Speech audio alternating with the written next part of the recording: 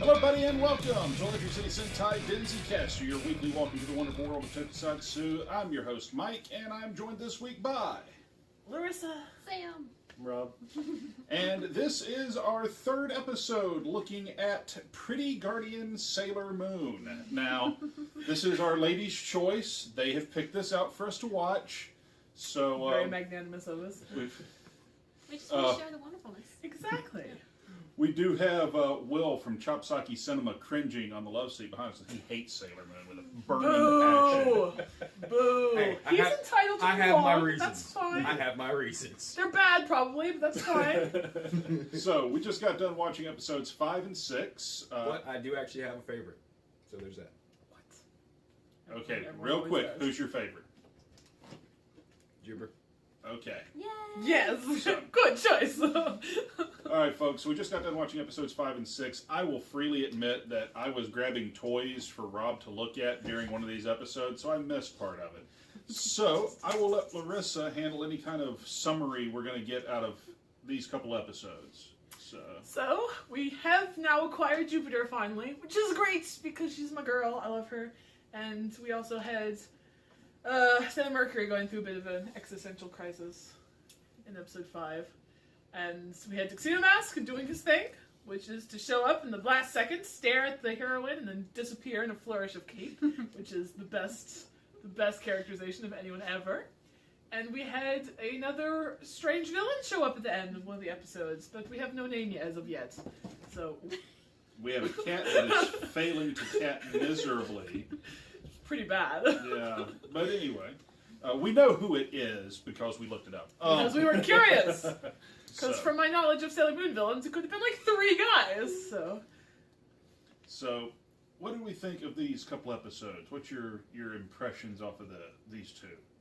I really enjoyed these 2 episodes. I really liked the further exploration into Amy's character. I like that they didn't just kind of throw her into the group and then everything was immediately smooth sailing all the way. They actually showed her having struggles to actually connect with all these new people.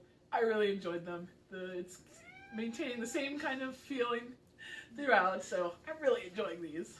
How about you, Sam? The longer it goes on, the show just gets better and better. Like, no more cringeworthiness. Apparently, they're gonna try to space them out, so it's wonderful. We gave us a breather after the last Yes. singing episode. And this being your first dip into the pool that is Tokusatsu, period. Yep. So, Welcome. Rob, your overall impressions, because you haven't gotten to talk on any of these episodes, No. but you've been here for all 6 episodes to watch. So.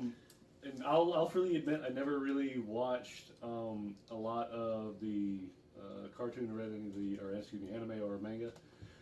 But I'm sorry. But, I'm sorry. You slip You every need better now and then. friends. You slip every now and then. I'm sorry. But having said that, I've enjoyed watching this because they do kind of do a good job of blending the aspects of the anime and the manga into a live action tokus. And it's fun to see. Like, it's very campy, but not too campy. There's the couple of cringy moments that we've had, but as a whole, I have been enjoying it because it is. I don't think they meant for it to be as comedic as it has been to us, but I think it's people who have watched a For lot. a really of, fun peanut gallery. yeah. I think it's one of those shows to where I think that's part of what makes it enjoyable is you can sit there and kind of poke fun at certain aspects of it, but still it be true to certain aspects of the manga and the anime. So. I've never read the manga myself. I've seen the first season of the original anime series. I've seen Sailor Moon Crystal. Watched that with my wife. I've also seen this all the way through, and like I said, they deviate drastically in a handful of places to where this really is its own thing, separate from any other adaptation, interpretation of it. And William is over here thinking, or at least trying to figure something out. Oh dear. I'm trying to remember exactly how many of those series that I've actually put myself through. No, So harsh. Sailor Moon is a gift, friend. right. So, I have seen all the movies. So, there's that. So looking at these couple episodes, looking at Amy, because Amy and Right? No, Jupiter. Makoto? Mako. Yeah. Or Makoto. Lena. We're all Piss off terrible some with people names. real bad here in a second. So, I will leave. I'm sorry. When I saw Sailor I'll Moon, get you a cake first. when I saw Sailor Moon, it was on Saturday mornings, and is it Saturday mornings or weekday mornings on Fox, getting up at 6 o'clock in the bloody morning, and it was the horrible Deke dub, where it was Serena, Amy, Ray, At least Amy was Lena, almost close. and I forget what they called. I forget what name they gave Venus, but I don't. it was easily forgettable. I Obviously. blocked it entirely. There are people out there who love that version. Good for so- them. They're allowed to be wrong too. Wow.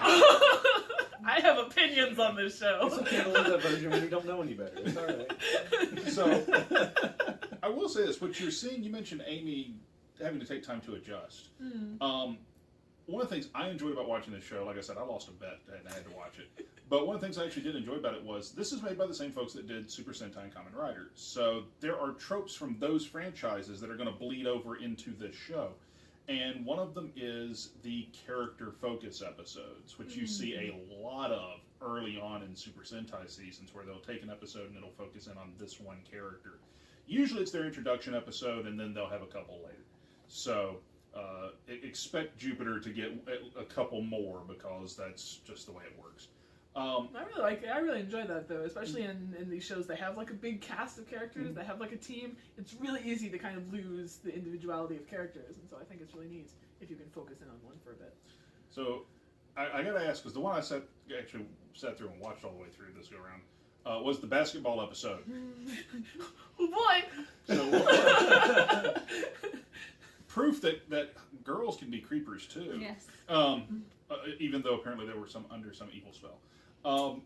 What do we think of this whole basketball episode and the way they've introduced Jupiter as their part? I'm gonna break my own rule. I'm about to look close, and I'm gonna find the zippers.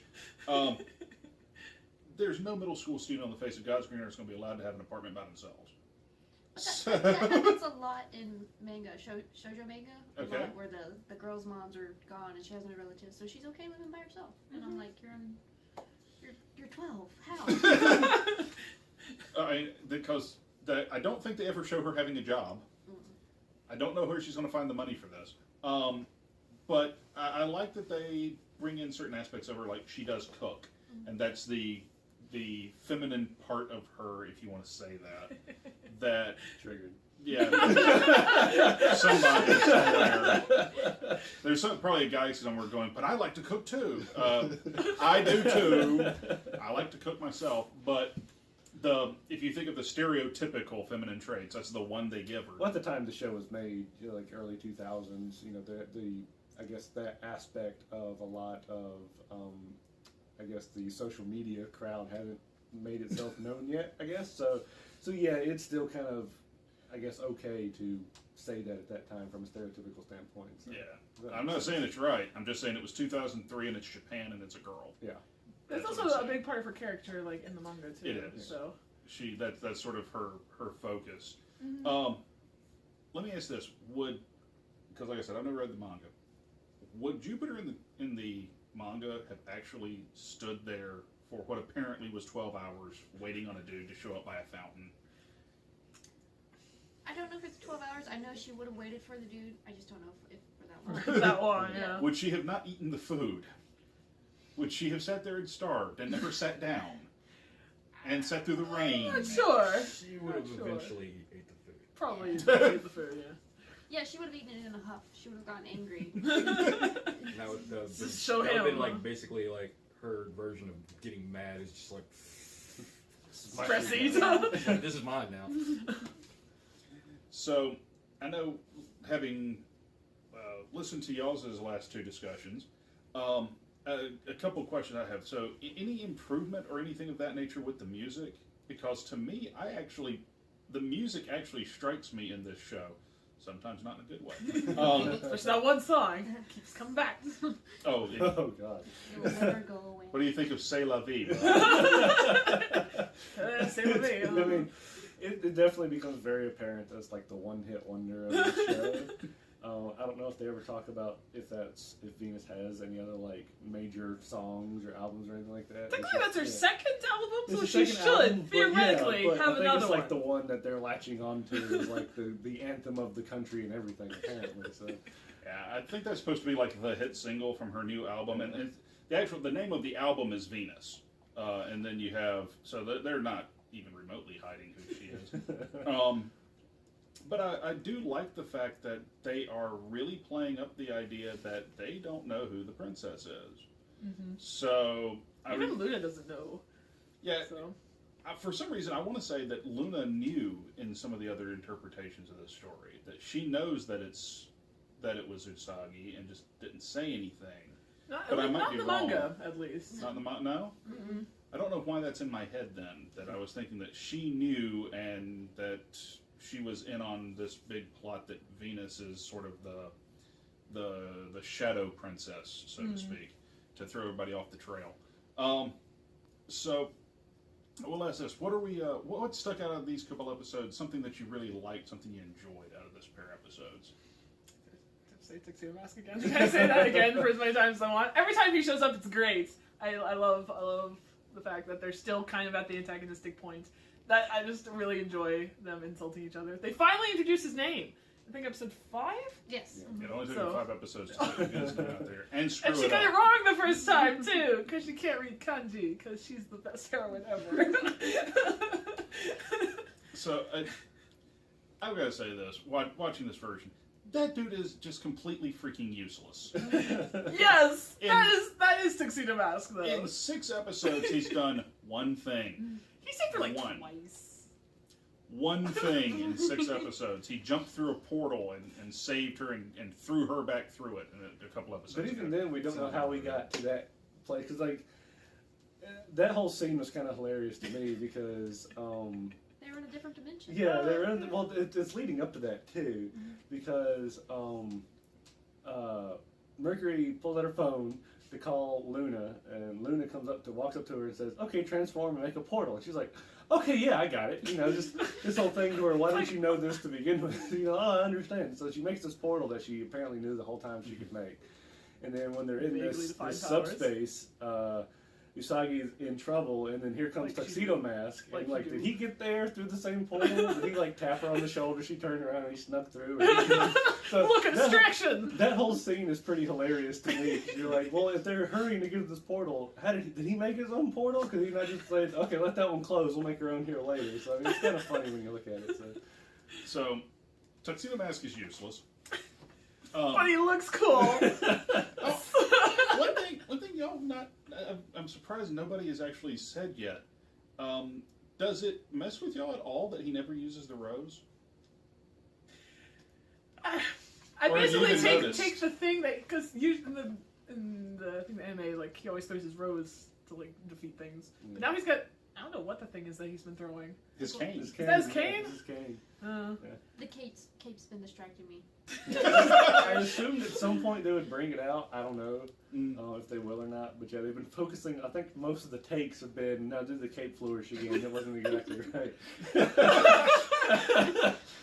My favorite cape flourish so far is the one where he and Usagi are in the woods, and they stare at each other for a good 7 seconds. And he's like, And then he walks off frame, and that's it. That's his scene. I'm just like, oh, okay.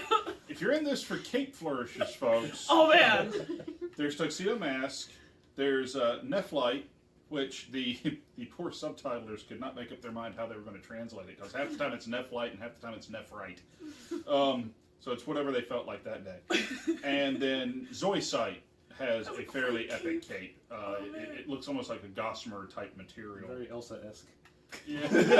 Yes. So And he did the Elska flare because she threw it around her shoulder at the end of Let It Go. Well, actually, in the preview for episode 7, he did the double flourish, where he flourished on the turn, and then did the extra flourish of the walk away. So, Yes.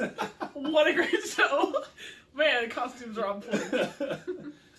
So, is there anything out of this pair of episodes, 5 and 6, that just you sat there and went, "Oh Lord, oh God," not counting them singing Celebi again. Dang it! That stole my answer. The monster from Amy's episode, the boing monster, or whatever the heck she was saying. Yes, I don't even know. Was she a Pyoing or balloon? I something. missed that. Was she a balloon or something? I She don't know popped. what She it popped when was. she was defeated. Yeah. Yeah, she's that was kind of unfortunate, a little Yeah. bit unsettling. Like normally, I love the sound effects of the monsters, but this one it was just like So ridiculous. Yeah, it was just boing boing. She wasn't even jumping. It just. And then she knocked a tree over onto Amy that was like this big around, and she couldn't move. Oh, it was a trapture. And now I am defeated. And then how Amy's, I'll call for help. No, I won't call for help. Like as the monster's coming at her, she's like, "Oh no, they're not really my friends. I can't call for help in this dire moment." So I was pushing it a little bit. How about you, Larissa? I loved it. I loved all of it. It's so hard to find something I don't like. It's even the parts that are so ridiculous, like when suddenly they're all really probably the basketball game, like the one they played against the hooligans. That just seemed a little bit too much. I actually really dug the basketball game. The only part of the basketball game that bothered me was somehow Usagi dunking from half court. So Just did the Space flight. Jam. Space Yeah. Jam, come on. straight out of Space Jam, apparently.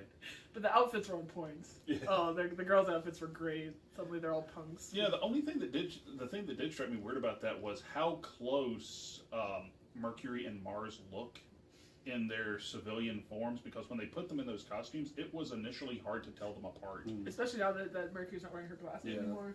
And not in that not in that racist they all look alike kind of way. But no, they have similar hairstyles. but they They're- actually have similar facial features and very close hairstyles to one another. They looked that close when at first glance. How about you, Rob? Something that just you looked at and went, Out of just those two episodes, Yes. As much as I enjoyed the basketball game, from the same standpoint as you, I enjoyed it. But I think the three guys themselves, I felt were kind of cringeworthy. They were too.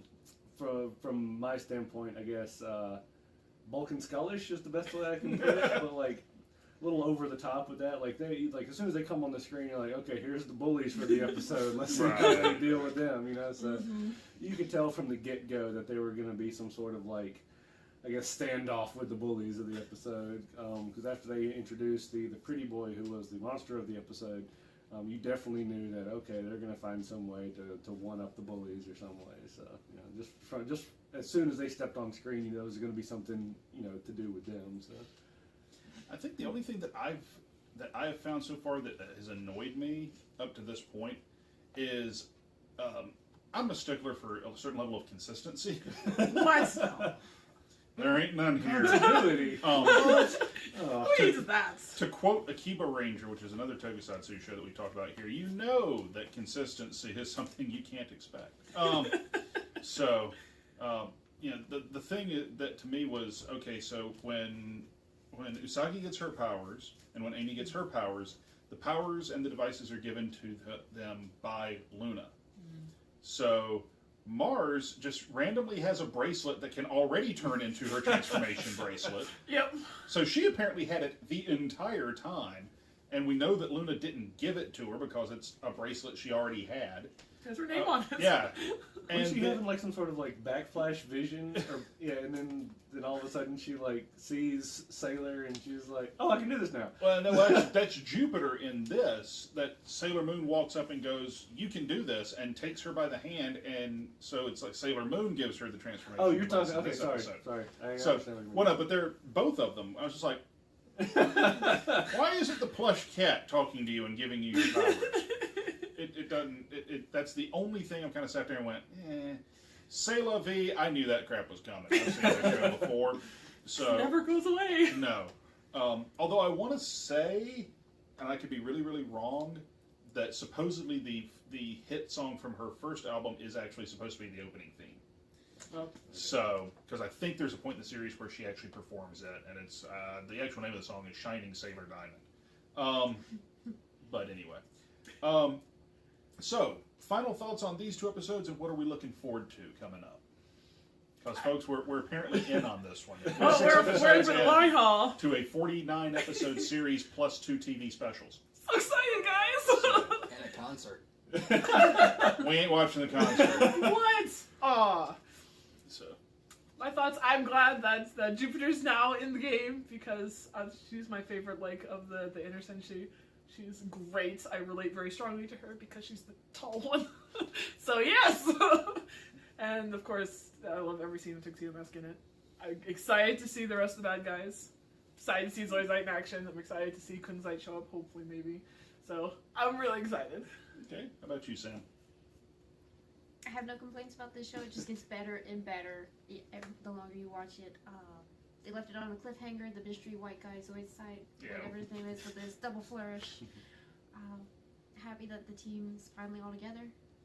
And Except for Venus, which Like she's she's kind of like, showed no. up already. we've seen her a few times, so. What's your Rob? Going into the show, I know a lot about the anime and the manga from. I know a lot of Sailor cosplayers, so it's one of those where you know a lot about the show by proxy from, Excellent, from yes. hanging out with cosplayers. So I know a lot about the storyline to begin with, and of course, going into it with the spoiler you have given us.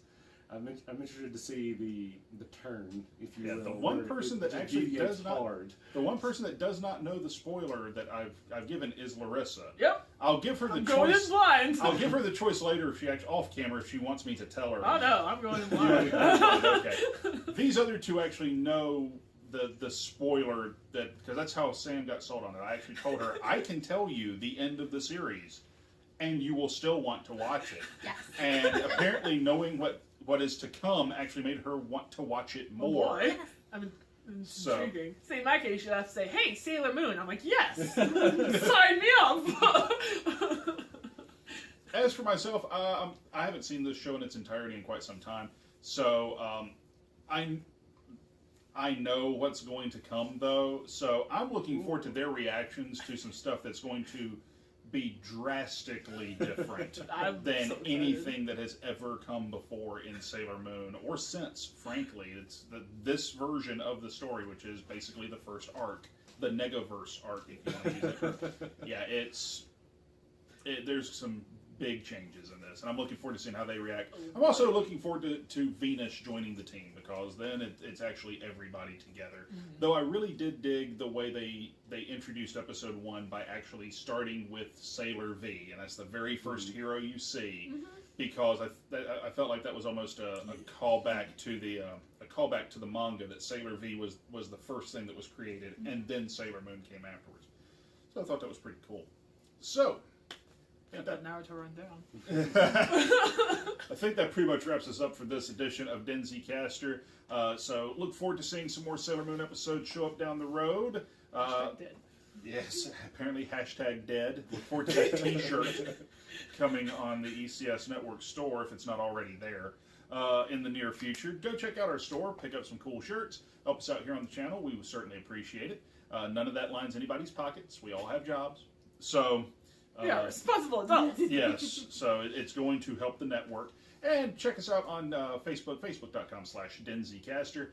We still need to get up to 100 subscribers here on YouTube, so please tell your friends, subscribe to our channel if you like our videos and any of the other great shows here. Once we hit 100 subscribers, we can stop telling people search for ECS Network on YouTube, because we'll actually have a name for the channel that we can put in there. Yeah. So, folks, until next time, I'm Mike. Larissa. Sam. Rob. We'll see you next time on Denzicaster. Bye.